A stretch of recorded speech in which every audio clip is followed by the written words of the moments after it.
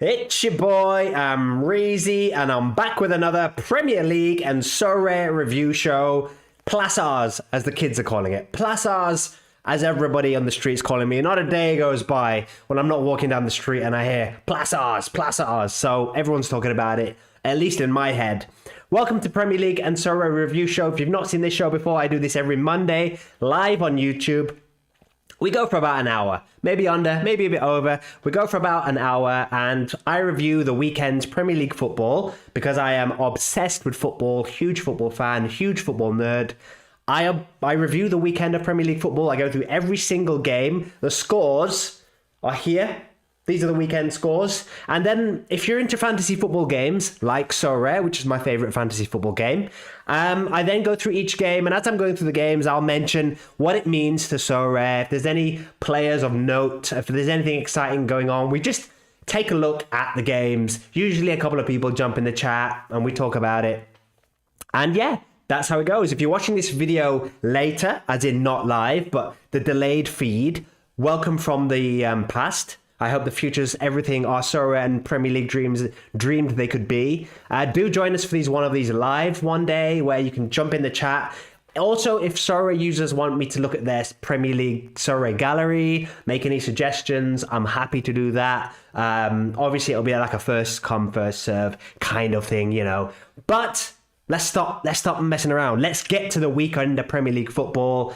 And let's start off with, not Sorare, with the Premier League fixtures. And the first game on the Premier League bill was a cracker. Nottingham Forest 1, Manchester City 0. My boy Callum Hudson-Odoi, I've got his Sorare card. Had it since, one of my first in-season Premier League cards I bought this season. He's back from injury and I've been saying it for a week. I've been saying it for 2 weeks. That's probably it. I've been saying it for about 2 weeks. That Hudson-Odoi came back from his injury really fresh, really full of life. And once again, we look at the ratings. He's the best player on the field. While he was injured, and when he came back from injury, there was a bit of time when, you know, Elanga was the main guy. Elanga was kind of the midfielder, the attacking midfielder that you wanted at Nottingham Forest. But for the last couple of weeks, it's been Hudson-Odoi. He's the go-to guy. I think I captained him in one of my lineups this week. Should we have a quick check? Shall we have a quick check on Sorare? So I did have a full 5 stack of Nottingham Forest cards in one of my Premier League lineups this week. Here you go. You can see it here. It looks like we're going to win $5. Money emojis, money emojis. Looks like we're going to win $5 from this lineup of 4 Nottingham Forest players and Trent Alexander-Arnold. Annoyingly, Wood, a poor game from Wood. 40 could have been a much better cash prize if Wood had done better. But no complaints from these 3 Forest boys. So yeah, once again, Manchester City not at the races. And I did hear a lot of talk about people saying, you know, are Manchester City going to be back now? Now that they're out of the Champions League, are they going to sort of finish the season strong? It doesn't seem like that. If you look at these ratings, there are some fairly good scores and they weren't as bad as Manchester City have been earlier on in the season. So I think if you are a Manchester City holder of Sorare cards or you play Man City players in your fantasy football games, it's not like they're really bad. And this is a hard game, Nottingham Forest away. But imagine like at the beginning of the season, if we'd have said, come March, I'm going to be saying Nottingham Forest away is a really hard game for Manchester City. It's still strange. So they're still not at the level where they should be. And if we look at the formation here, Nunez at right back. What's Pep doing? Why is Nunez at right back? 6.6 rating from him. The worst, Haaland and Ederson didn't have better, good games as well. But Nunez, not a vintage performance from him. And a bit annoying for me because in Sorare I've got Nunez, Foden and Savinho. So I was excited to see the 3 of them playing together, but completely demolished. I will put a little word out as well for Nico Williams at Nottingham Forest. There was a period when Murillo was the best defender at Nottingham Forest in terms of scores. Then Milenkovic had his period. But Williams has quietly gone about just delivering solid performances week after week. He's very attacking. He can also do a good job in defence. He's not one of these wing backs that only attacks. He's got an amazing stamina on him. And I was watching this game quite closely. Thomas Janssen, hello. Welcome, Thomas. How are you, Thomas? How has your Weekend gone. Did you have any good Sorare results this weekend? Let me know if you won anything exciting. But welcome. Good to have you on board. And yes, as I was saying, Williams is surprised me so much in this game. I watched it closely, and obviously the 5 Nottingham Forest players that I always play are the goalkeeper Williams, Hudson-Odoi, Gibbs-White, and Wood. And I'm always watching Williams closely, and I'm just really impressed with his stamina, with the way he's everywhere on that left wing. He's not just one of those go forward and attack all the times. He also does a job coming back, also helps out in defense, nips into midfield sometimes, like these modern day fullbacks like to do, where they come into central midfield when the opportunity presents itself. So very impressed with Nottingham Forest once again, and it's good to see from Forest, because I was a little bit worried like 2 or 3 weeks ago with Forest's results that maybe they're losing steam, maybe they're not going to finish in the top 4 anymore, but this result kind of must have done wonders for their confidence. And we're going to start off, usually each game I have an Amreezy's hot take of the week, and Amreezy's hot take of the week is this game, the first game, and here's my hot take of the week. I don't think Rodri is Manchester City's biggest miss this year. Everyone's been saying, oh, Manchester City are doing bad because of Rodri. Rodri's not there. I think there's a player Manchester City are missing more than Rodri, and that is Julian Alvarez. I've been watching a lot of La Liga this season, mainly because of, fantasy football games like Sorare that I've been playing a lot in La Liga, and he's been incredible for Atletico Madrid. Started the season a little slowly, but what he offers to Atletico Madrid is perfect for them. His tenacity, his drive, the way that he's more than just a striker. He can play as a number 10. He can play off the wings. He's everywhere. His energy, his work rate. And I think watching Manchester City against Nottingham Forest this weekend, I was thinking, they don't need Haaland right now. If anything, if they'd have sold Haaland to Atletico Madrid and kept Julian Alvarez, I think they'd be doing better. And everyone is saying, Rodri's the biggest miss. And at first it could seem like that, but I can't believe a manager as good as Pep Guardiola, who still has Kovacic, still has Gundogan, can still play centre-backs like John Stones in defensive midfield. We've seen him do things like that before. I know Rodri's an amazing player, but Pep Guardiola is an amazing manager. There's no way he couldn't have used any of those players I just named the whole of this season and played them in a midfield role and still been able to function that midfield. I think what's lacking is up front.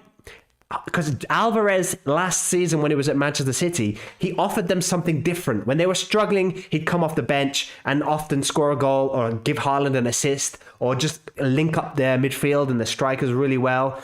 I think he was a really underrated player. I think Man City made a huge mistake letting him go. And I do think you can argue that he's being missed right now way more than Rodri's being missed. I think if they had Julian Alvarez in the form that he's currently in, he would be sparing City, because I wouldn't say Man City are struggling necessarily because of their defensive side of the game, because they've never really been that strong in defense anyway. They always concede a couple of goals. But going forward, they always used to score loads of goals, and it was because of players like Alvarez. And with the form that Alvarez has been in right now, the goals he's scoring for Atletico Madrid, I just think Manchester City could do with that more than they could do with Rodri back. So that's my hot take for the week. Rodri, yes, he's being missed by Manchester City a lot. I'm not going to deny that. But Julian Alvarez is also being missed massively. So that's my take on Nottingham Forest versus Manchester City. If we look at the scores here, Doku gave a good performance, Guardiola gave quite a good performance, so there were some good scores, and I do think Gonzalez, another reason why I don't think Rodri is being missed 100% anymore is because Gonzalez looks like a really good player, and I think he will now slot into that position. So they've got a Rodri replacement right now, and they're still struggling. Do they need Julian Alvarez? Maybe. So that was the first Premier League game of the weekend. Next on the list was Brighton 2, Fulham 1. And I feel like ever since I've been doing these videos reviewing the Premier League game, every week we don't know what to expect of Fulham. They win unexpected games, they lose games you think they should have won. And this game, I didn't see this one live. I think I was watching Crystal Palace. I was watching Crystal Palace on the Saturday 3 p.m. game. But pauses for a drink. But when I watched the highlights of this game, I was like, this isn't Fulham. This isn't the Fulham we know and love. Look at these ratings. Look at these oranges. Shocking stuff. And then Brighton are back. Brighton are scoring goals. Apologies, I do have a bit of a cold/cough I've been carrying for the last couple of weeks. But look at these ratings. Shocking. Smith Rowe, 6.2. Leno, Burge. Whereas Brighton, I mean, João Pedro looks like he's in really good form. Rutner's in great form. Minte, once again, a great performance from him. They're just solid, and I don't think if you're playing, say, Sorare, I don't think you'd back Brighton defenders ever. Maybe you'd have the someone like Estupinan for his attacking returns. But going forward, I think I wouldn't say buy any cards now. We're at that part of the season for Sorare where you wouldn't want to buy any new cards right now. But I think if you had backed Brighton early on in the season and you've had this Brighton collection, and right now you're having a great time. Whenever Brighton have got a good fixture, you can pretty much back that attacking stack. If you've got Pedro, Mitoma maybe, but I'd probably go for Pedro, Rutner, Minte. If you've got these three guys, it's a great time. Brighton doing really well. So I'd keep backing the Brighton attacking assets. Even when they've got games that look tricky, Brighton attacking-wise can give anyone a good game. And once again, and this game they were better at the back. But like I'm saying, regardless of that, going forward, Brighton are really exciting. And there was a period a few weeks ago, maybe a few months ago, when we were worried about this Brighton manager. The form was a bit wavy, and there was a lot of talk about this manager. Is he too young? Is he not ready for the Premier League? Is he going to struggle? Has he lost it? I don't think so. I think he's back. I think if you've got Brighton, it's promising. They're looking good. Where are Brighton in the league? Where are Brighton in the league? Let's have a quick look at the league table. There was an easier way to get there. There was a quicker way to get there. Look at that. Brighton are 7th. They're above Aston Villa. They've got a game. Villa they've got a game in hand as well. Brighton are above Aston Villa. I mean, they've quietly gone about. I think people have been talking about Nottingham Forest a lot, Bournemouth a lot. Not a lot of people been mentioning Brighton. So 4 wins in a row. Very impressive stuff from Brighton. So hold on to those Brighton assets. Who have Brighton got coming up? I'm tempted to, if they've got good fixtures and you want to get some Premier League in-season cards, I wonder if it's worth... where do we see Brighton's fixtures? I wonder if it's worth just getting a few Brighton players still. They've got Man City next. Not the hardest game anymore. Forest is a bit of a tricky one. Villa, big 3-pointer there. Oh, Forest is in the FA Cup, so that won't be covered in Sorare anyway. Then they finish the season with Palace, Leicester, Brentford and West Ham. That's a very nice 3 games. Probably not enough fixtures for me to want to go out and buy any Sorare cards for 3 fixtures. But if that's how you play, I'd go for Brighton. Why not? Why not? So that was Brighton v Fulham. Then we get to the game that I did watch live on Saturday at 3 p.m. Crystal Palace 1, Ipswich 0. And the reason why I was watching this game is, if we go back to my Sorare lineups, this was my my main Sorare lineup that I was kind of most hopeful for. I bought an Eddie Nketiah card stupidly before the weekend. I just thought... I don't know why I did this, because I do have a rule generally in fantasy football games like Sorare where I always try to buy players that I like, that I think are good players. And I've never been Eddie Nketiah's biggest fan. I think he's a little bit wasteful, doesn't have that end product that I think you need to be at a big Premier League club. And I was just thinking, Mateta was injured this game, so we knew Eddie Nketiah was going to play. So I thought he's going to play at least. It's Ipswich at home. Great fixture. Sarr did great. Eze didn't do as good as I would have liked. Henderson did great, but the defender, LaCroix, didn't do too good.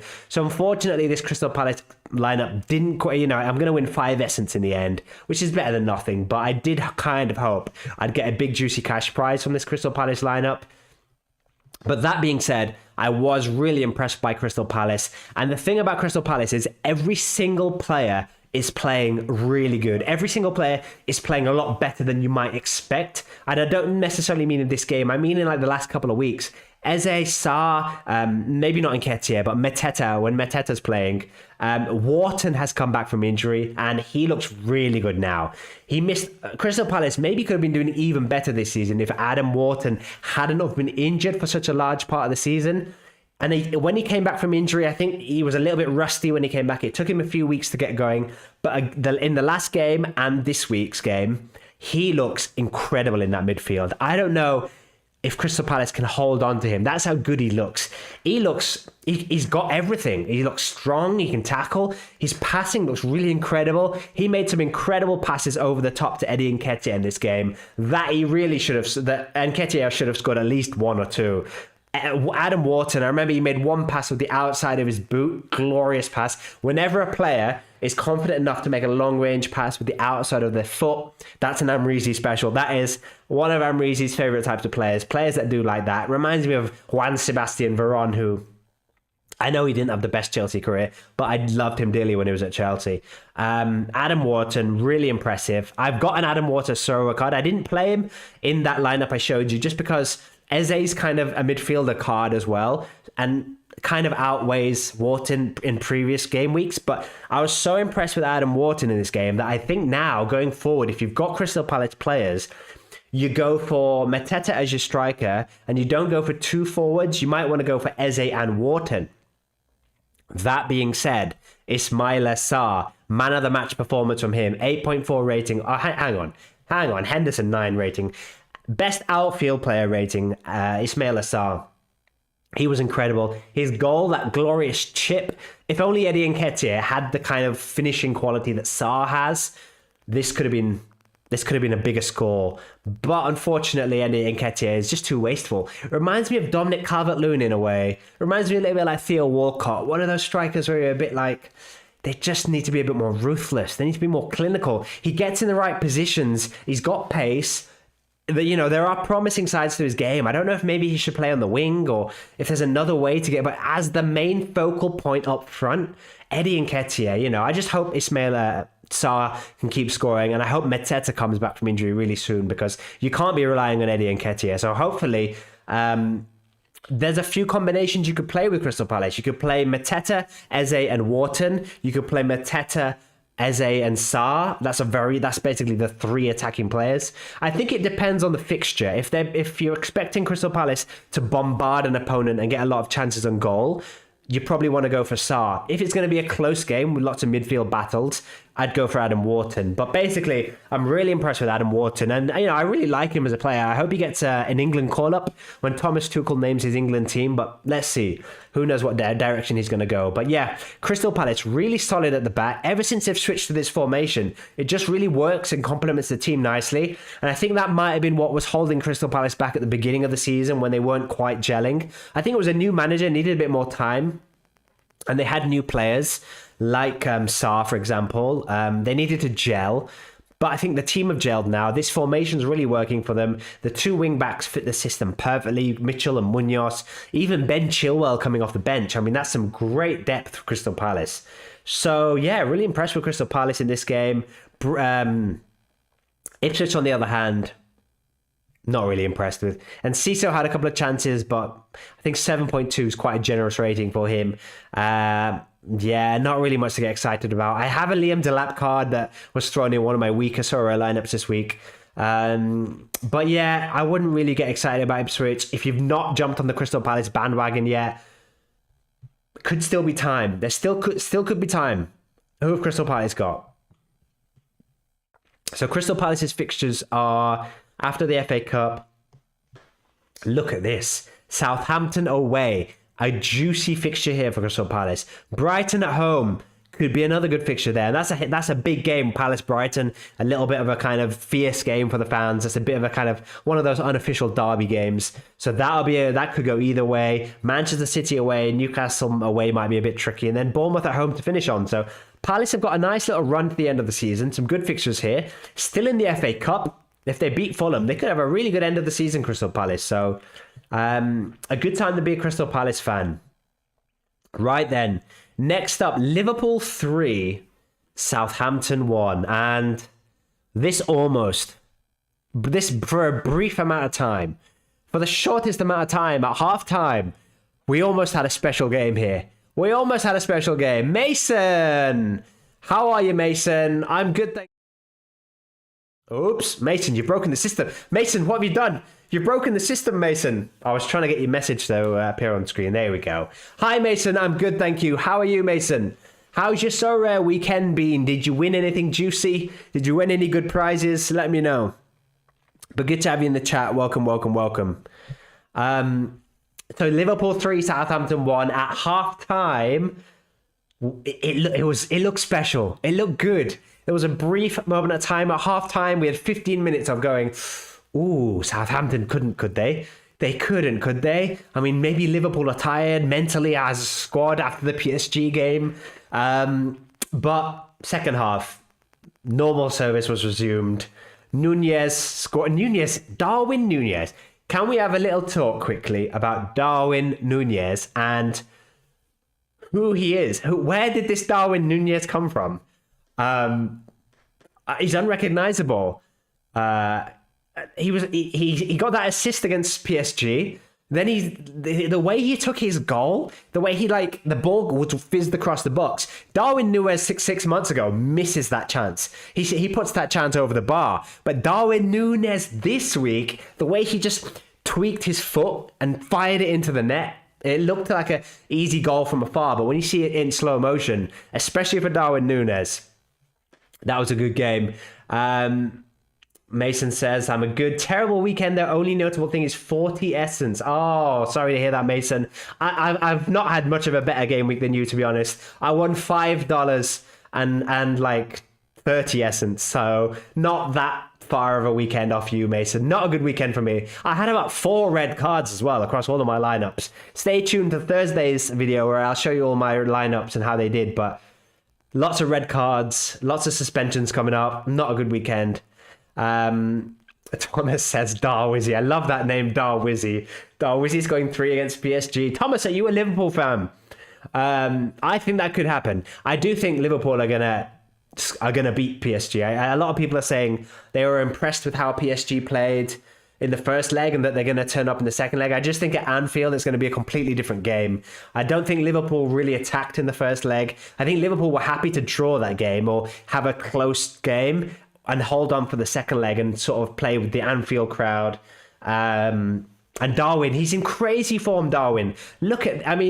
Yeah, really impressed with Darwin. Don't know where this has come from. When Gakpo was injured, I did have a little doubt that maybe Liverpool are going to have a little dip. Maybe they're going to miss Gakpo. Maybe, that's going to be... If Darwin isn't as on fire as Gakpo is, they're going to really miss someone up front. But fair play to Darwin. He's turned up. How much is Darwin's Sorare card? Is it too late? He must have gone off the scale now. Darwin must have... We missed the boat on Darwin. £4.18. That's quite cheap. Although at this time of the season, all the cards are quite cheap, so you don't quite know.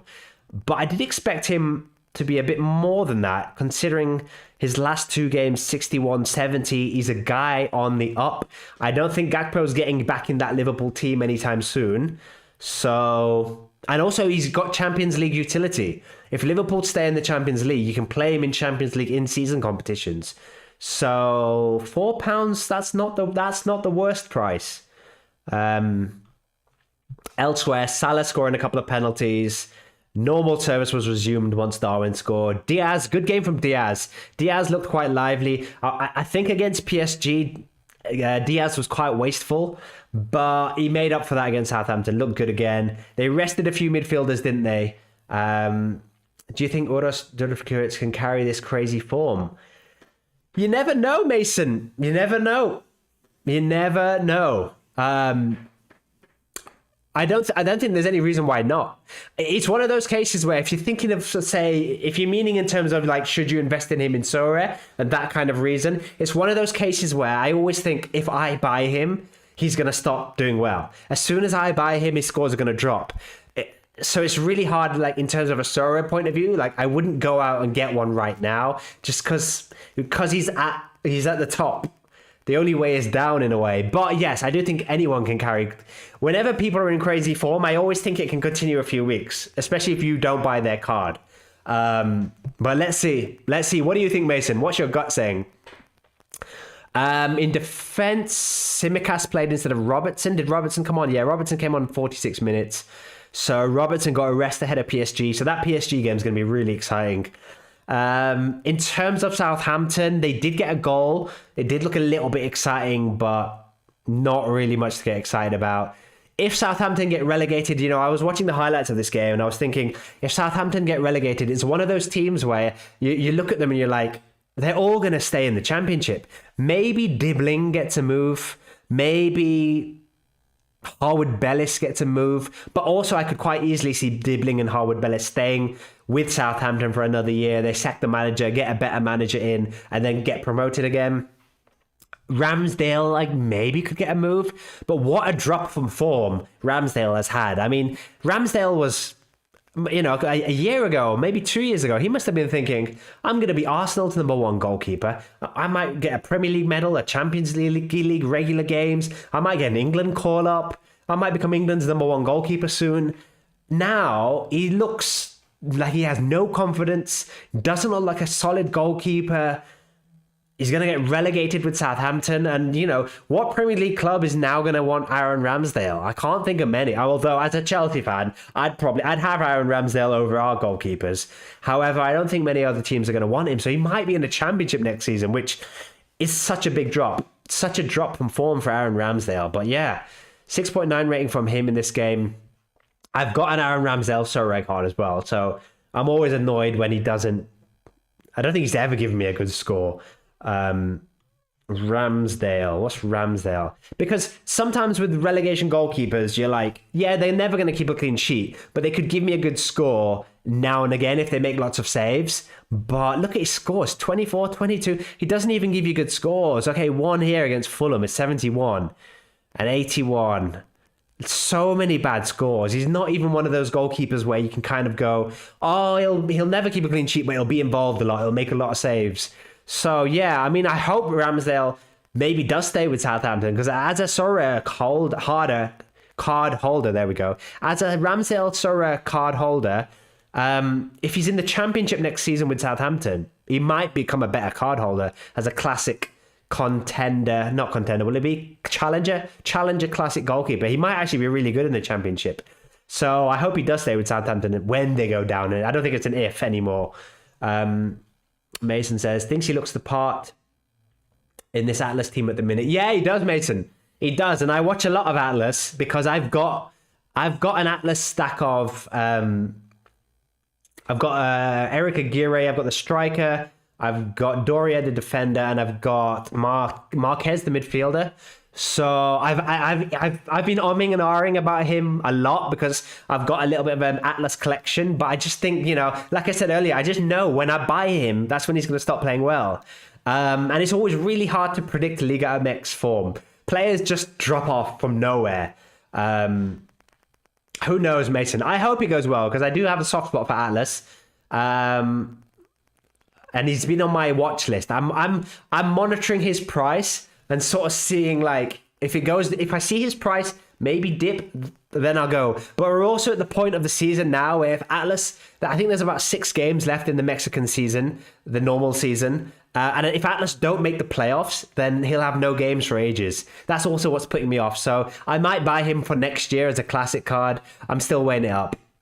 MDK! Hello, MDK! How are you? How was your Sorare weekend? How's it going? Have you got any success for us? So far, no one in the chat had any success to share with us. I've won $5. That's about as good as I got. Mason won some essence, about 40 essence. How's your weekend been going? Larson needs to pick up form. Which Larson's this? Is this... which Larson are we talking about? Is this Wolves? Is this the Wolves Larson? MDK, you're the winner so far. $20. You are the winner so far. Congratulations on your $20, mate. And if we're talking about Jorge Strand Larson, he absolutely needs to pick up his form, especially with Cunha out. But just confirm that you're talking about that Larson. Next game on the Premier League roster, I suppose it should be called. Brentford 0, Aston Villa 1. What are Brentford doing? What are Brentford doing? the beginning of the season, Brentford used to always win at home, lose all their away games. Now, they're losing all their home games, I'm pretty sure, and winning all their away games. Ridiculous. Ridiculous. What Brentford are just having the weirdest season ever. They're not going to get relegated, so I guess it's another good season for Brentford, but very strange. MLS Special got me $5, and Challenger and content all helped. Nice. If Rosario do well tonight, I win some cash. Nice one, MDK. Good luck for that. Good luck, mate. I hope. Sending prayers. Sending Sorare prayers. I don't think I've got any games left to look forward to. And yeah, you were talking about Wolves with Larson since I bought a cheeky Wolves collection. And Cunha is out for the good. I know. Cunha is so annoying. I've got a Wolves collection as well. And Cunha getting suspended, and I have not seen any news lately, but the suspension might be increased because it's like his second suspension. I think he might get a longer suspension, which is really annoying because I think they've got like Ipswich coming up and Southampton coming up. Let's have a quick look at Wolves' fixtures. But I'm in the same boat as you. I've got a big Wolves collection, hoping Cunha was going to be captaining every game. Such a dumb play. Leave him alone. It's not worth it. Southampton next. So he's not going to be there for Southampton. So maybe Larson turns it around. I've been quite impressed with that Bellegarde as well. Maybe he can keep performing quite well. And the two lads in midfield on the day can get an AA. Gomez and Andre. But yeah, look at these fixtures. Southampton, West Ham and Ipswich. 3 great fixtures. Tottenham's a great fixture. Man United, Leicester, every single fixture. Even Man City could be a great fixture. Last game of the season, Man City might just put their B team out and be on holiday already. Wolves might want to, who knows, maybe they need the win to stay up. So I'd argue every single one of these fixtures is good for Wolves, or could be good. So very annoyed that Cunha's not around. And yeah, I like you. Larson, also very annoyed that Larson's not turning up. Thomas needs us to pray for him. Sending prayers for Thomas as well. He needs something from his rival box as a free-to-play player. Good luck, Thomas. Are you excited that there's going to be a new free-to-play mode right soon? I think Rivals is due to be faded out by Sorare soon.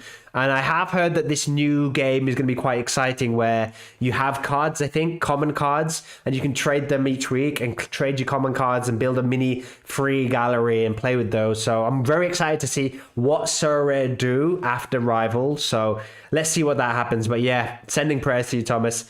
He's a mid-card though. If Bellegarde was a forward, I would play him. Yeah. I just never know who to pick with the Wolves team. Every time I go with, I pick Bellegarde, Andre seems to score. When I pick Andre, Gomez seems to score. It's really hard to pick Wolves. I think this weekend I just picked the goalkeeper and Larson. But yeah. Back to Brentford. Yeah, a very funny team for Brentford. Just never know how to predict Brentford. They've got good cards, annoyingly. If Brentford were in form, they'd be a nice team to have because they've got Visa, Damsgaard and Bremo.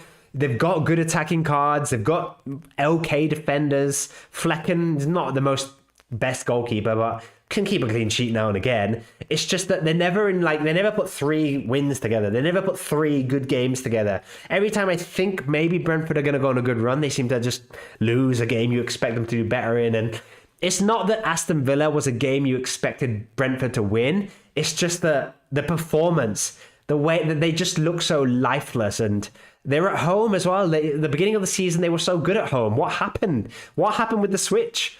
Aston Villa, though, are quite an exciting team. And the problem with Aston Villa, I think, is it's quite hard to pick which midfielders you go for.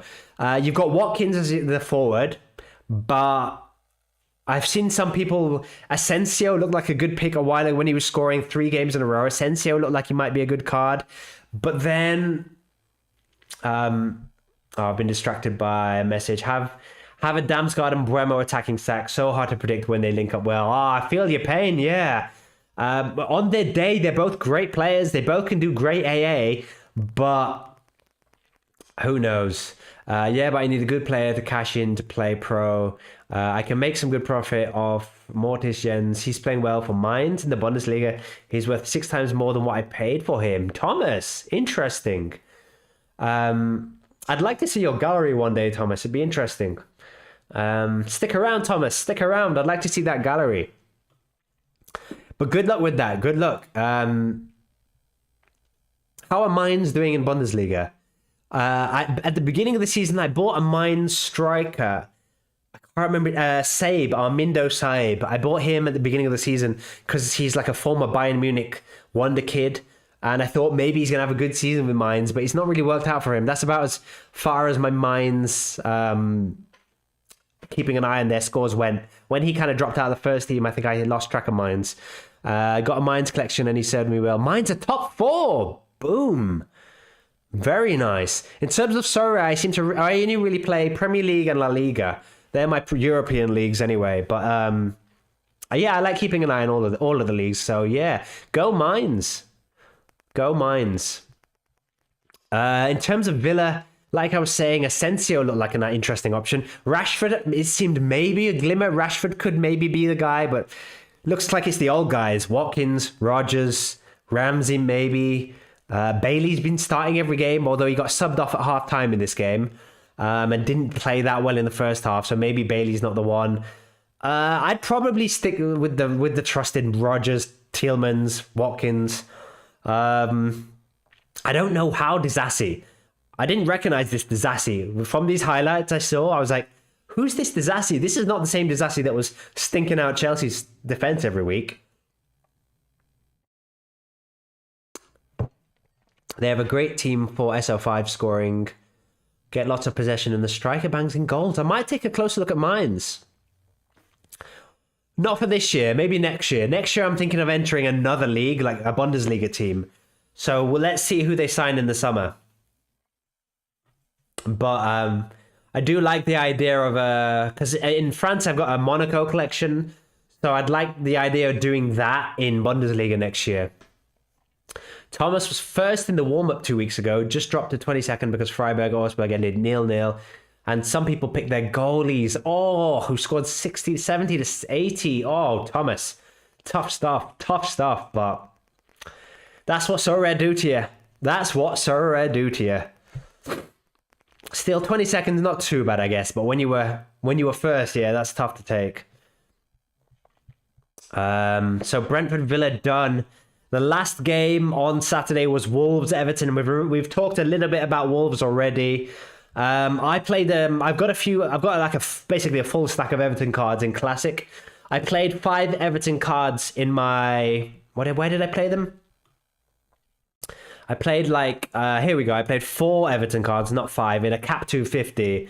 I went for Braithwaite and Tarkowski because I thought with no Cunha, maybe Wolves don't score, and they were close to not scoring. So I was thinking maybe Tarkowski and Braithwaite can keep a clean sheet, and Beto can nick a goal. Doucouré had been good in his last game, but they all didn't really play well this game. It was, I had these guys and I had some Wolves in-season cards, and it was like, no, somehow I tried to cover all my bases, and everybody let me down somehow. So 1-1 was pretty much the worst score I could have hoped for, but Andre was the one to pick this week. Again, we just never know who to pick with their Wolves midfield. I've got Andre, I've got Gomez, I've got Bellegarde. I don't have Monetti, but I have Strand Larsen. And I just don't know who to pick from Wolves. It's the lottery. I think what I'll do next week, because they've got Southampton, I think I'm going to play 5 Wolves cards next week in season. Sarr, Totti Gomez, Strand Larsen, that's 3, then 3 nailed on. And then I think I'll maybe go for 2 defenders because they should keep a clean sheet against Southampton. So maybe another defender. And then maybe you go Andre again with his goal. Maybe he's got some confidence. 8.1, man of the match. Maybe you go Andre for the next Wolves game. Andre and Bellegarde maybe. Maybe they're the 2 to go for. But knowing my luck, that'll happen. And then Gomez will do really well. He'll be the one to have gone for. Thomas, at the moment you own 5 cards. I'm slowly building a Wolfsburg Classic collection. My next one being Lacroix, hopefully to join the Prem warm-up. Yeah, Lacroix is a great scoring card. I've got him in season for Crystal Palace. He's a great card. And, you know, when you have Sorare cards, you watch the players way more intensely. And he's a great defender. He's just a really good player that, you know, if I didn't have his Sorare card, I might not know how good he is. I might just be like, yeah, he's part of the Crystal Palace defense. Mark Gay, he's the best defender, and I'm sure Lacroix is helping out. But because I've been watching him quite closely, yeah, I know from just passing the eye test, he's a really good defender, and maybe won't be at Crystal Palace for long, you know. Maybe I could see him like Liverpool. I could see him, you know, I think he's maybe Van Dijk leaves, when Van Dijk leaves, maybe in the summer. I could see Lacroix being at someone like Liverpool. He's that good. He could easily make the step up. So I hope for Palace's sake and for my Sorare's sake that doesn't happen, because I like having that little Crystal Palace unit of Henderson, Lacroix. I've got Munoz and the other wing back. I've forgotten his name. Mitchell. I've got those guys in Palace, and they're a nice defensive stack, Crystal Palace. So yeah. So yeah, Wolves, great defensive scores from all 3 of the defenders. Agbadu's been a great signing. He looks like he's slotted right in. He didn't take any time settling in at Wolves. He's just gone right into the defense and made them quite solid. So they've got a nice back 3. Doherty's in good form. Totti Gomez has had a great season quietly. And they play, you know, the same formation as Crystal Palace, and they've got that same kind of solidity with 2 great wing backs who can kind of both bomb up and down. Both got a good cross on them. These 2 different wing backs are a little bit annoying on Sorare though, because they've both got an assist in them, but it's not consistent. Maybe one every 4 games, Nori and Semedo will get an assist. You just never know when it's coming though. So they're a little bit unpredictable. Everton, I was very disappointed with Beto and Doucouré. They've been playing really well since David Moyes came. Beto and Doucouré have made a really nice combination. It's almost like a 4-4-2 that Everton are playing. A good old-fashioned 4-4-2, back to classics. Doucouré's just got that energy where he can kind of support Beto up front, then he can come back in defence. He's kind of like a box-to-box number 10. I don't know if there's many of those in the Premier League. It takes a special set of skills, physical qualities to be a box-to-box number 10. But that's what Doucouré is. But the 2 of them are really sloppy. They didn't really... I don't know if it was Wolves' defence being really good or Beto and Doucouré just didn't really have a good game, but they weren't at the races. Garner as well, I was a bit disappointed with him because he's a player I've been quite impressed with. I've got a classic Sorare card of Garner, and I was hoping, you know, he might be quite a creative player. A lot of forward passes, a lot of great AA, but he didn't look this game as well. It was more one just for the defenders. Tarkovsky, Gay was quite good in midfield. Harrison's had a good time since David Moyes has come back as well. I was saying like 2 weeks ago, you know, should we get a Harrison? Because I've got a little bit of an Everton collection going. Not a big one. I've got like 4 in-season cards and 4 classic cards. And I was saying, should I add Harrison to that? I don't know if... how's he done since, Harrison?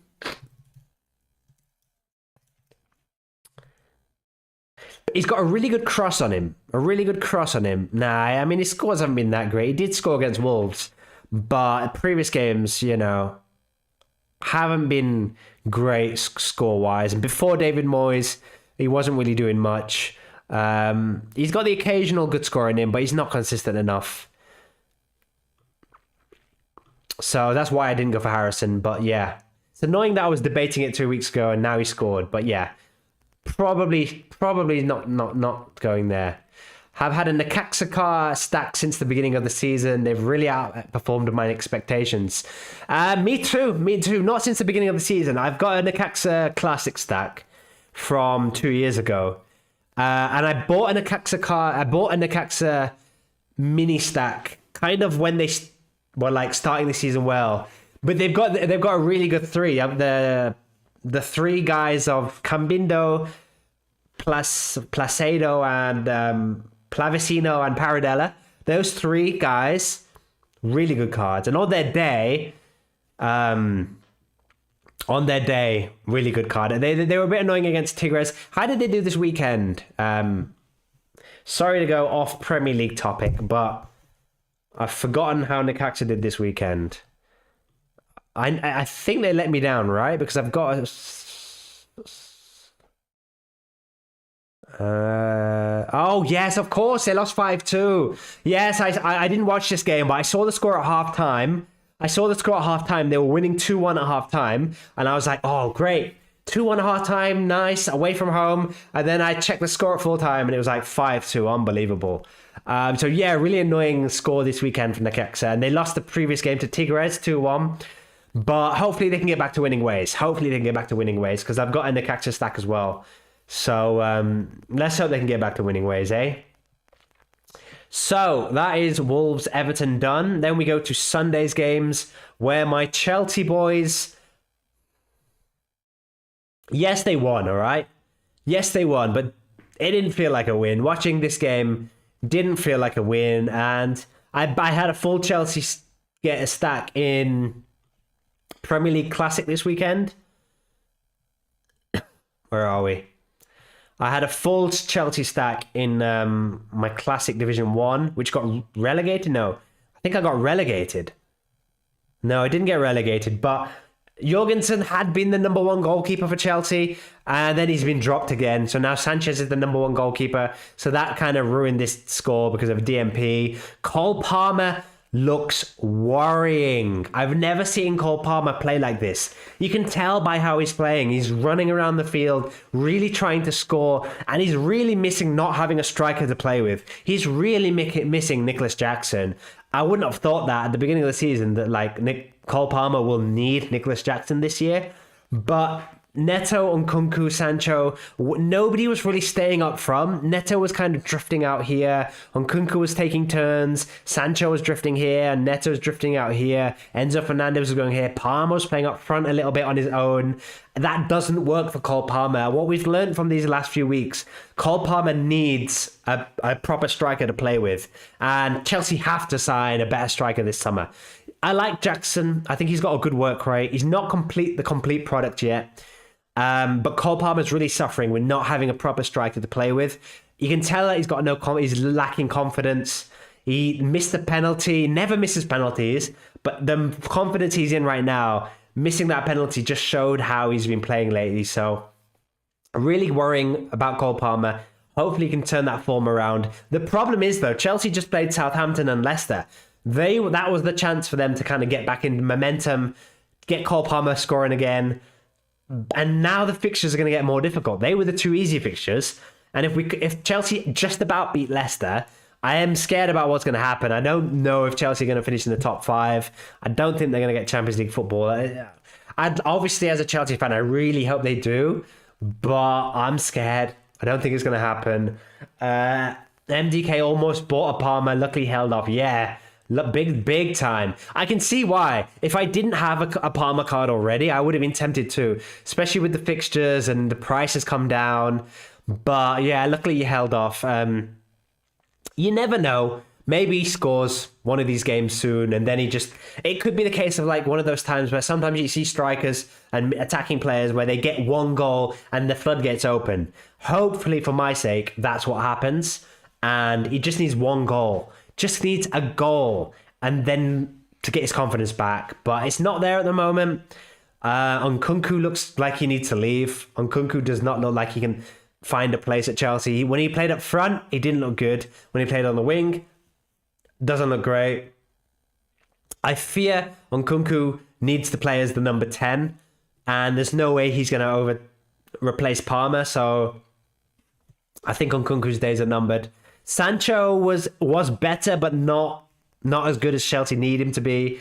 The defense was okay, but it was hard to kind of... The defense looked good, but it was Leicester's, Leicester didn't really challenge them. Nobody looked good for Leicester.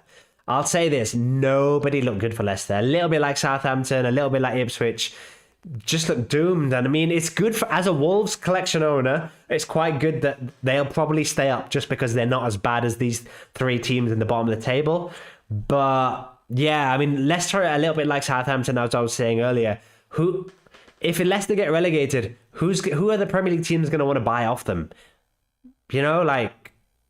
Maybe in the past you would have said Ndidi, but he's been down before. Nobody wanted him. He'll probably go down again, and then maybe Connor Cody if someone really needs a centre back. But, this Leicester team look like they're going to be going down, staying together. Maybe Nistelrooy, they stick with him in the Championship and they can get them back up, get a bit more experience. But, not much to get excited about from Leicester point of view. Not much to get excited from Chelsea point of view.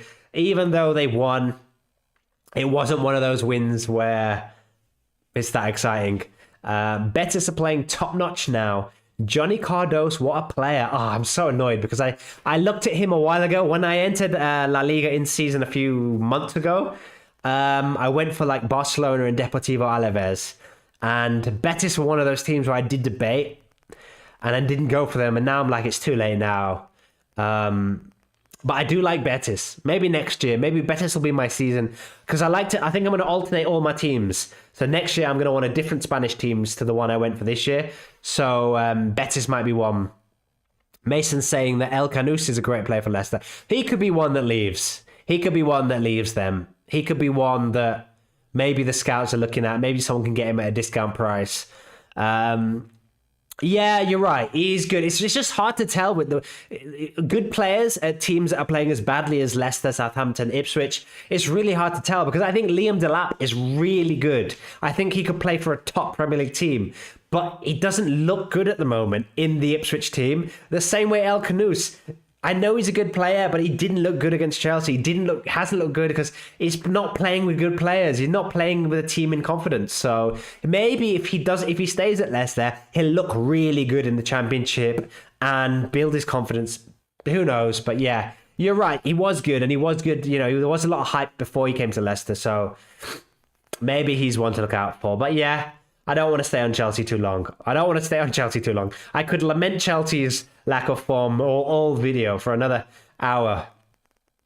Tottenham, Bournemouth, 2-2. I mean, this always was going to be goals. Whenever Tottenham are playing, there's always going to be goals. There's never going to be clean sheets, but there's going to be goals. I was disappointed, though, with my Sorare cards. I've got Brennan Johnson and Bentancur. Bentancur got booked and subbed at 60 minutes with an average score. Johnson got subbed at half-time with a bad score. So not great in Sorare point of view. Interesting that Tell didn't play. Did he come off the bench?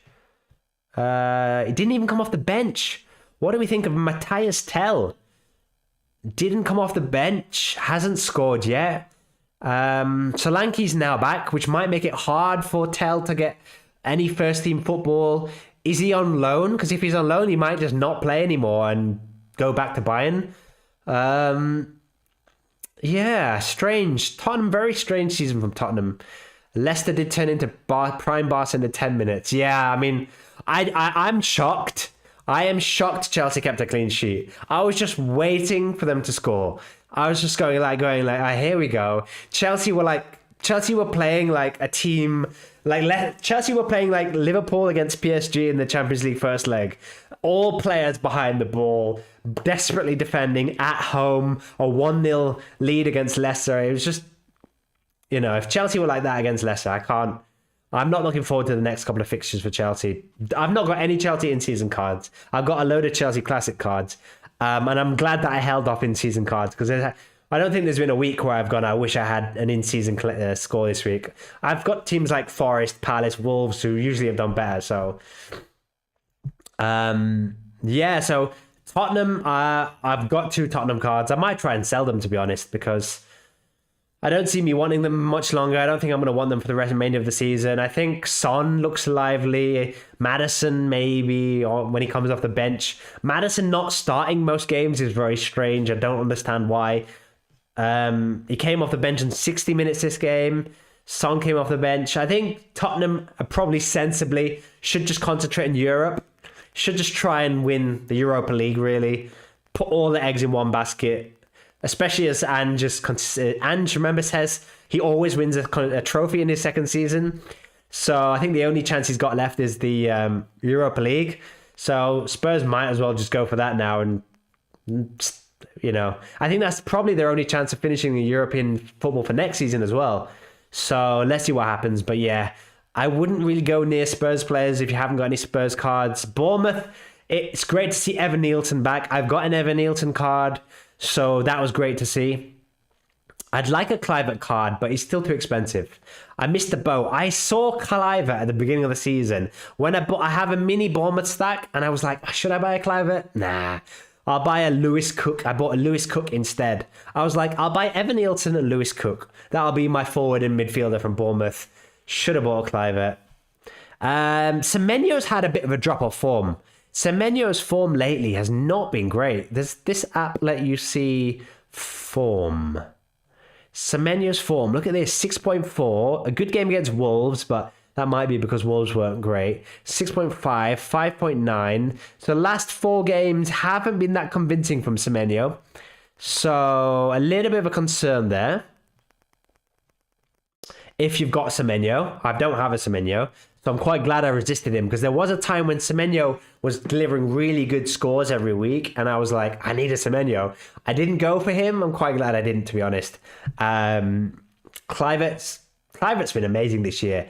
One of the unsung heroes, I think. I hate that Lewis Cook's been playing at right back. His Sorare scores have dropped off the cliff since he went to right back. Semenyo's a great player. Don't expect him to be bad for too long. MDK, are you saying it might be worth me picking up a Semenyo card now that his price has dropped?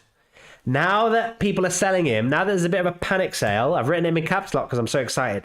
£3.61. MDK, would you recommend someone like me who has a bit of a Bournemouth collection but doesn't have Semenyo? I've got Evan Nielsen. Is that a nice pairing? What would you advise I do? Pay more than double for Clivert, or pay this kind of price for Semenyo? £3.50. £3.50. Yeah, I'm tempted. What are the fixtures? What are their fixtures? Brentford at home. Now, I was just saying Brentford are all over the place, so that could be any scoreline. I also like that that's going to be it says 11:30. That's because I live in Mexico, so that's Mexican time. 5:30 kickoff in the evening. That'll be an evening kickoff, which I like. I feel like there's more goals in evening kickoffs. There's no scientific knowledge backing behind that theory. Just feel like there's more goals there. If you can offer 275, that would be nice. Yeah, let's see. Let's see if I can get him. I'll see if I can do some nice negotiations. Semenyo is top of my scout list. But then they've got Ipswich at home. After the FA Cup, Ipswich at home, Fulham at home, West Ham away, Manchester United at home on the last game. Who knows? Man United might not have a manager in that game as well. Who knows? I really think Semenyo might be a good shout. Because that's when I like to buy Sorare cards. I like to buy them when I know they're a good player. I know Semenyo's a great player. I've seen so much of him this year. I know he's a quality player, and I know he's not in good form. It's a little bit like who was saying earlier that you almost bought. It was you, MDK, that you almost bought a Palmer. It's a little bit like a cheaper version of Cole Palmer. It's like they're not in good form right now, but then the price comes down. That's when you buy cards and you take the gamble. That's how I like to play anyway. All right, you've talked me into it. I'm going to keep that tab open after the stream. I'm going to make a few offers on some Semenyo. See if anyone will come down in their asking price. Let's see if we can get him for under £3 for an end of season push. Right, that was Bournemouth. We are almost done with this week's video. Who have we got left? I think we've got one more game to review. Manchester United, 2 more games. We've got obviously today's game, which I didn't actually see today. I've been out today. I got in just after the final whistle went there. So Manchester United, Arsenal, this was a strange game. Manchester United didn't look like they were doing anything productive that game. Then all of a sudden, Bruno Fernandes magic saves them once again. A free kick from out of nowhere. A little bit like... what was that game where he scored a free kick a few weeks ago where they looked like they were against Everton? Everton, they were losing 2-0. Bruno Fernandes scores a free kick and then turns the game. And this was one of those games where Arsenal didn't look like they were ruthless, but they were creating all of the chances. Arsenal were creating them all. And Fernandes magic, fair play to him. He's single-handedly trying to drag that club into a position of respectability. And fair play, he's doing well. Why was Ugarte not playing?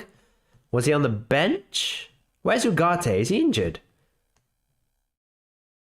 Because I really like Ugarte, and Ugarte was playing really well, I thought.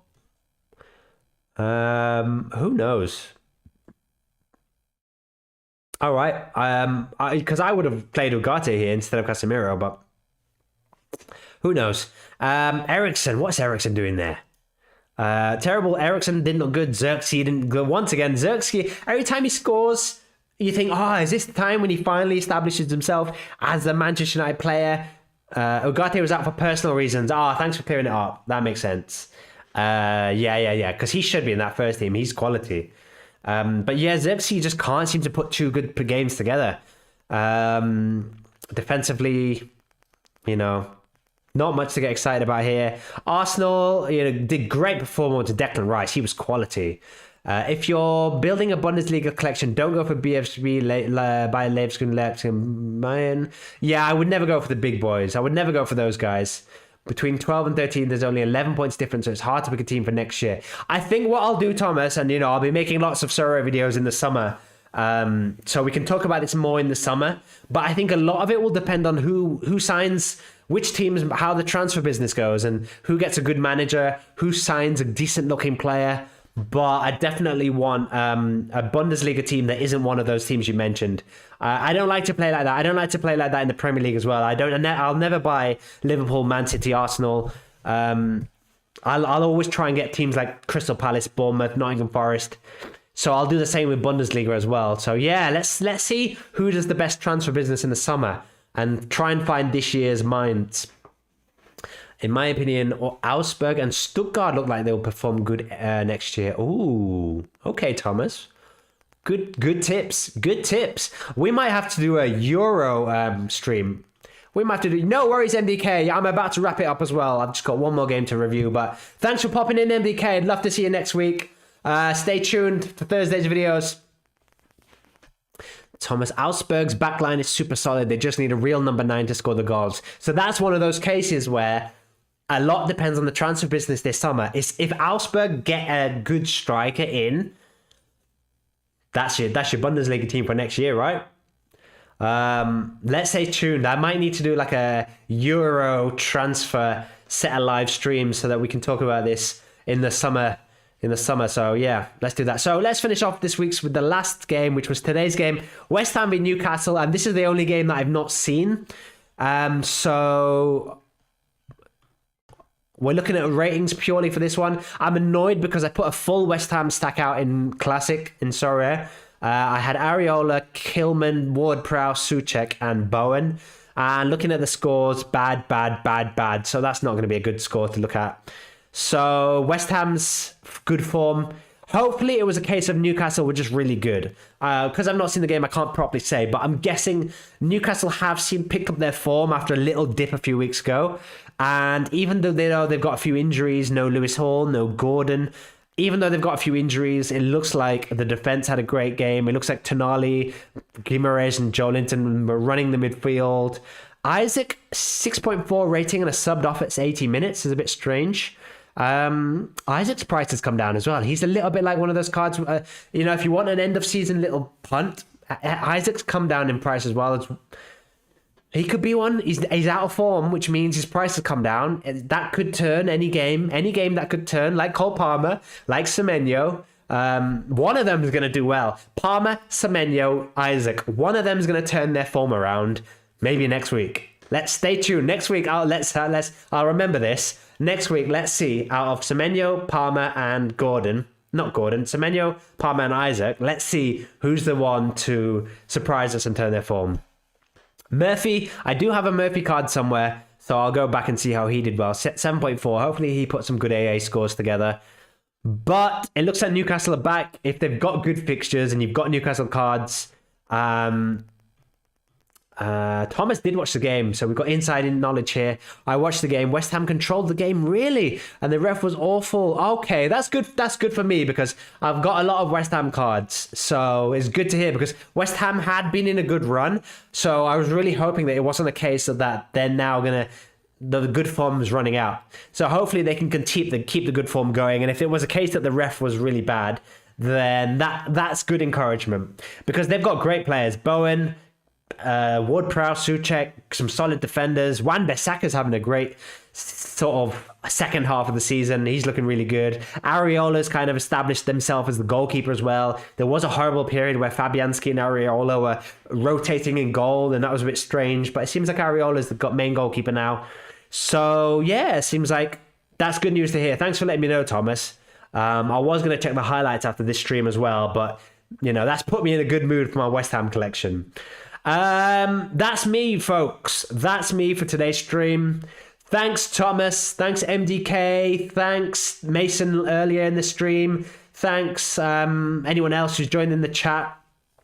Appreciate it all. We're building a nice new community here. If you like the Premier League, if you like the Sorare, do join us again for these streams. I'm going to be doing them every Monday after the weekend of Premier League football to talk about what's happened, talk about Sorare. Maybe if I have more time in future weeks, I'll be able to look at people's galleries and lineups and stuff like that. I make videos every Thursday as well, where I review my own gallery and talk about... Oh, Konstantinos, you've joined me right at the end. I hope you're well though, mate. Thanks for popping in and saying hi. I'm just signing off, but you can rewind this live video and you can rewatch it all. And let me know in the comments what you think of the video. I'd really appreciate that. Give likes and subscribes if you've not done. Konstantinos, I just got 11th in the... Oh, Konstantinos! You got 11th in the Premier League Division 2. What does that win? In Division 2, I missed the top 10. How close were you? And what does that win? Oh, I know, Konstantinos, I know. Sorry, mate. Yeah, I start these videos an hour ago.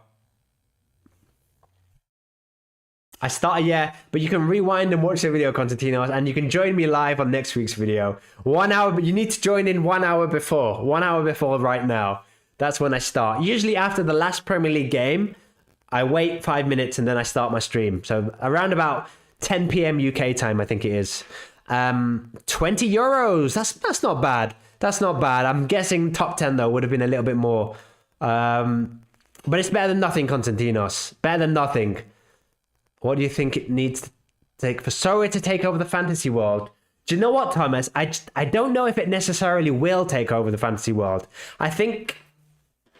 But I don't think Sorare needs that, because it's for people like us, I'm guessing, that are just really into football. Super, super into it. Really into it. And I don't think casual football fans will ever really get into it. But I think it's on the right path, this in-season and classic model that it currently has. And hopefully the free-to-play model that comes out is really good. And it's on path to just keep building a nice, solid base. So let's see. I mean, I think it just needs to continue doing what it's doing. And in a couple of years, it should be big enough to be considered like one of the biggest fantasy games in the world. But I think games like FPL that are free to play will always have more users, will always be slightly more appealing. But that's not a bad thing for Sorare. That's not a bad thing. Sorare will always have its place. And if you're a real football nerd, like I am, like I'm guessing you guys are as well, if you're a real nerd, there's nothing better than Sorare. It's so great, but I just don't think people are that invested as we are. So games like FPL are better for like more casual, just set your lineup, give it 5 minutes of thought every week and like set and forget. Whereas Sorare, you got to really be invested in it every week, making lineups, taking your time. But I think it's on the right path. I think it might need a few more ambassadors, like more football players talking about it, because they've got Mbappe, but it'd be good if they had a few more spokespeople, like other footballers promoting it, but they'll get there. They're on the right track. I'm going now, guys. I've gone 10 minutes over. Thanks for watching. I'll see you next week. Konstantinos, I hope you're rewinding and watching this video. Anyone else watching this video, join us next week for a live one. I'll see you next week. Thomas, for free play and play. There has to be, hopefully the new free-to-play mode has a bit more reward, sort of motivation for people, and gives a good mood. Yeah, hopefully that free-to-play mode does that. But anyway, I'll see you next week, Thomas. I'll see you next week, Konstantinos. Peace.